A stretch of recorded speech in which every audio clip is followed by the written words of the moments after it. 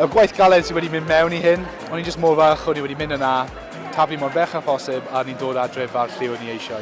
Dod mewn I blwyddyn yma, oedd mae llawer o bethau drwy o gwmpas y gemau yn Rio, ond o'n i jyst eisiau mynd yna neud fy swydd. A hwnna beth o'n i'n wneud. Mae'r gemau Paralympiaid yn gwneud llawer am anabledd. Ar ôl Llundain oedd fi jyst eisiau pawb I adnabod fi fel athletwr llawn amser. Just am athletwr, dim athletwr sydd yn anabledd. Ond mae pobl yn dechrau deall anabledd nawr sydd yn really dda.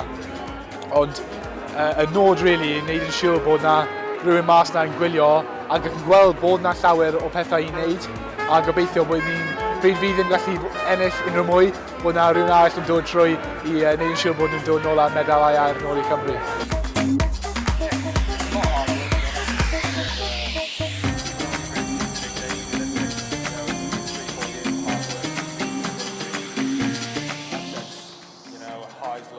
Fi wedi bod yn adeiladu tuag at hyn am 3 peder blwyddyn nawr. So we finally kind of get it done. Oedd rhaid hard mwy neu beth oedd y teimlad gyntaf yn ei teimlad ar ôl gorffen y ras.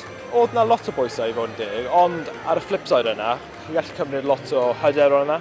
Hefyd yn y tîm o'n I mewn, fel enghraifft o Brad Wiggins, Ed Clancy, Stephen Burke, mae pob aelod o'r tîm yna di ennill yr Olympics yn yr event yna o'r blaen.